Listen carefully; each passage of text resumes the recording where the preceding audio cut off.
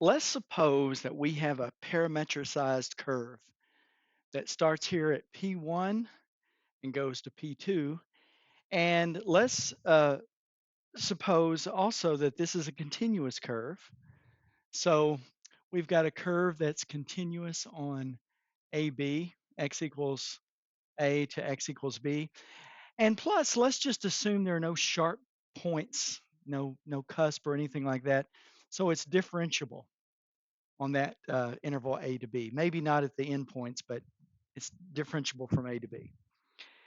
Now, what we want to do is figure out how to find the distance, the arc length from P1 up here to P2. Just imagine you're on this curve, okay, going from P1 to P2. That's what we want to figure out. Now, let's suppose that P1 is the point x of T1, y of T1, and P2 is the point x of T2, y of T2. So let's see if we can figure out how to find that distance. Now, first of all, let's just begin by realizing we know how to find the straight line distance from P1 to P2 if we're not on the curve. And that's simply going to be, uh, you know, we can use Pythagorean theorem. We just need the distance down here, the horizontal distance, and that's going to be x of T2 minus x of T1. That's what that distance is going to be. And then up here, the vertical distance is going to be y of T2 minus y of T1. That's pretty straightforward. And let me just call this distance here L. The straight line distance from P1 to P2, let's just call that L. So let's see what we've got here now. L squared is equal to the horizontal squared. So here's what we've got. We've got x of T2 minus x of T1 squared plus y of T2 um, minus y of T1 squared. There we have it. So no problem there. Now, I want to pause a moment and think about this x of T1 minus x of x of T2 minus x of T1. X of T2 minus x of T1. And let me just do this. What if I put a delta t underneath here, like that? In other words, I'm just putting the change of t underneath. Think back to the mean value theorem. Recall the mean value theorem. It says that if you have a function, x of t, so if x of t is continuous on some interval, like our interval here, t1, t2, and differentiable on T1, T2, just not necessarily including the endpoints, then there exists a T, let me call it a T sub Z, that's in this interval, such that x prime of T sub Z is equal to x of T2 minus x of T1 over the change in the T's. I'll just call it delta T. Oh, that's exactly what we have here. So I could immediately write this as x prime of tz, like that. Or another way to look upon that is I could say x of t2 minus x of t sub 1 is equal to x prime tz delta t. Yeah. Now I could take the same approach with the y's. So in other words, this right here, this I can replace with x prime t sub z delta t. Likewise, going through the same reasoning, I can replace this with y prime, let's say tw, delta t, using the same reasoning. Now what I want to do is rewrite L squared using the substitutions. So here's what we've got. We've got L squared is equal to x prime of tz delta t squared plus y prime of tw delta t squared. There. And while I'm at it, let me go ahead and factor out a delta t squared. So here's what we're going to have. L squared is equal to delta t squared times, here we go. We're gonna have this x prime of tz squared plus y prime of tw squared. There, that's what we have. Now let me go ahead and take the square root of this, and I'm going to get that L is equal to the square root of x prime of tz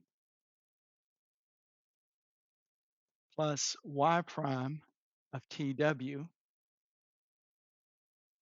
squared times delta t. There we have it. Now delta t is positive, so I just said the square root of delta t squared is delta t. So let's think about what we have here.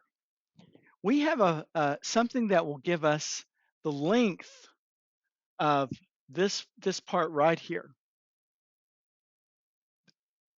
this part, okay? Gives us the length of this. The straight distance from P1 to P2, which is not what we want.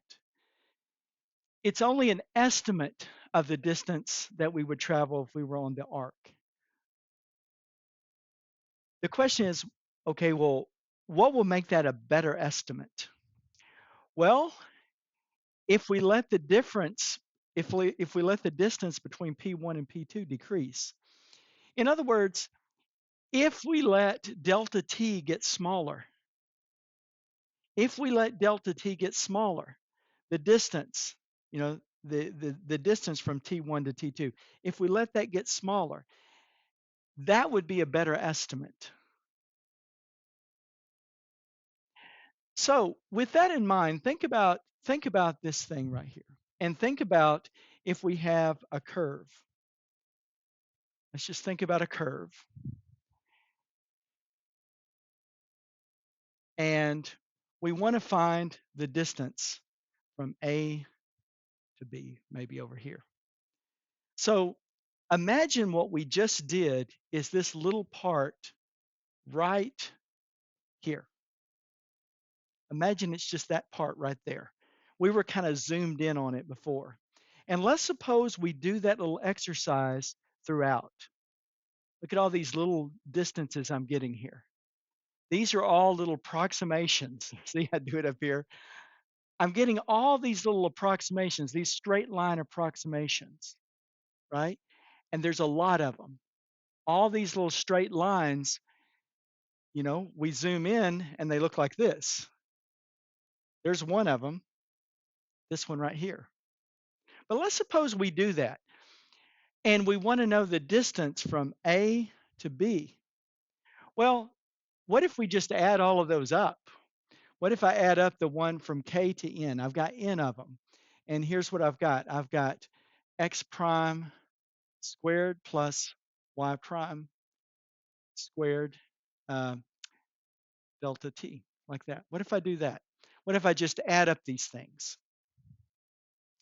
Well, the more of them there are, the better approximation I'll have. So what if we do this? What if we just take the limit as n goes to infinity? Or in other words, as delta t goes to 0. What if we do that? Well, then we're going to have this. We're going to add up this infinitely many things, and we've got on our hands a definite integral. And in fact, we've got this integral from x equals a to x equals b of dx dt squared plus dy dt squared dt. Because we're just taking the limit of the Riemann sum, and we're going from x equals a to x equals b. This is where we get the formula for the arc length. And this is what we can use to find the arc length. So let's think about this situation. Let's suppose we've got x is equal to 4 cosine t and y is equal to 4 sine t. And we want to find the arc length of this circle from 0 to 2 pi. That's what we want to find. We want to find the arc length of the circle from 0 to 2 pi. Well, let's see if we can use this formula. Now, here's what we're going to do. We're going to go from 0 to 2 pi. That's our t. And then we have this. I put the derivative with respect to x. Well, that's going to be negative 4 sine t squared. The derivative with respect to t over here, that's going to be 4 cosine t squared, and then dt out here. This is our formula. Now notice that this 0 to 2 pi, it's in terms of t. It's not in terms of x. So I put the bounds here. So here's what we've got. 0 to 2 pi of 16 sine squared t plus 16 cosine squared t. Factor out the square root of 16, which is 4, and we get 4, 0 to 2 pi sine squared t plus cosine squared t. Well, sine squared t plus cosine squared t is 1. So really what we have is 4 dt from 0 to 2 pi, which is 4 times t from 0 to 2 pi. And that will be 4 times 2 pi, which is 8 pi. That's the length around that circle. So if the circle is defined, now realize what kind of circle this is. This is a circle of radius 4. And remember how we calculate the circumference of a circle. It's 2 pi r. So 2 pi times 4. That's 8 pi. Oh, 8 pi. Here we did it the non-calculus way, and here we did it with our calculus. But that's the arc length formula for parametric curves.